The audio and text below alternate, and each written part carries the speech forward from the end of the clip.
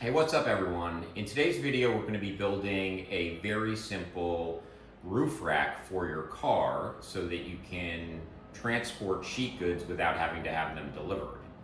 Okay, first let's just talk about what you're going to need to complete this project. It's a fairly simple project, so you're not going to need any complicated tools or much in way of materials. The only things you're going to need are two 8-foot 2x4s, a drill with a 3/8 inch drill bit, a 3/4 inch spade bit or something similar. You're going to need 8 4-inch 3/8 inch diameter hex bolts and associated nuts.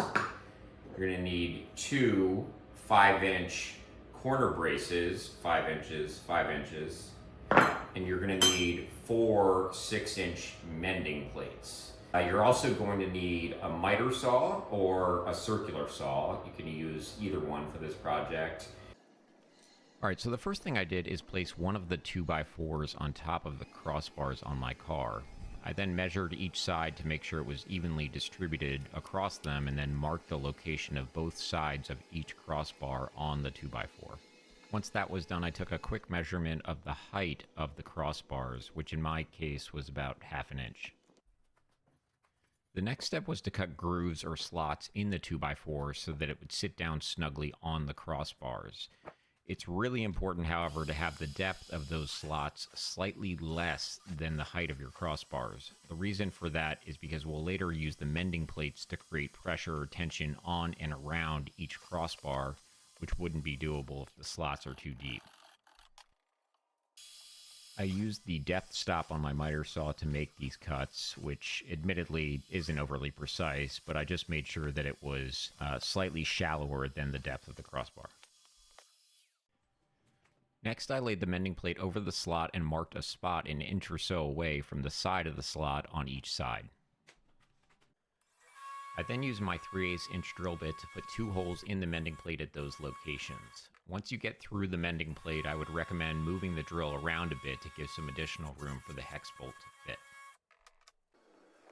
With the holes drilled, I laid the mending plate on the 2x4 on the opposite side of the slot while making sure that the holes for the hex bolts were equally spaced on both sides of the slot and marked each location.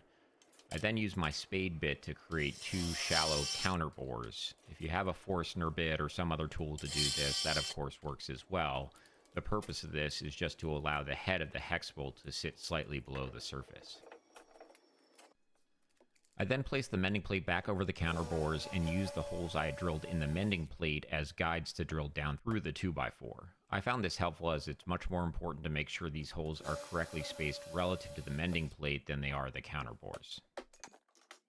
I quickly cleaned it up and then tested the fit. I then repeated that process on the other side of that 2x4 along with the second 2x4. A quick tip if you're doing this would be to mark which mending plates go in which locations. I wasn't overly precise in how I drilled these, so mine aren't really swappable. Lastly, I added corner braces to the bottom front of each 2x4 using normal wood screws. The purpose of this is to provide a support for the sheet goods so that they don't slide forward when you brake. My plan is then to use 2 heavy-duty ratchet straps that will wrap across and around the sheets once loaded to provide side-to-side support. I should note that my local lumber yard is just 2.5 miles from my house, and the max speed limit between the two is just 35 miles an hour. So I felt very comfortable with this from a safety perspective on my route. That being said, if you choose to do something similar, you should of course take whatever additional safety precautions may be necessary in your particular situation. The last thing I'm doing here is just attaching the mending plates underneath the crossbars and tightening the hex nuts with a socket wrench. And here's what it looked like in the end. My plan will be to load sheets up from the back, push them up against the cross braces, and then strap them back down to both the 2x4s and the sidebars on my car. My crossbars have a weight rating of 150 pounds, so I'll never do more than 2 sheets at a time. And that's it for that project. All in all, pretty easy, I think. But as always, let's talk about any issues I faced while building that. And there was only really one minor issue that I'll probably fix at some point in the future. which is that the corner brace actually isn't a perfect right angle. There's a little bit of a curve to it on the inside, and as a result, I couldn't push it up far enough, as far as I had anticipated. So a 2x4 is 3.5 inches. I had used 5-inch corner braces under the assumption that that would give me an extra 1.5 inches for two 3/4 inch plywood sheets.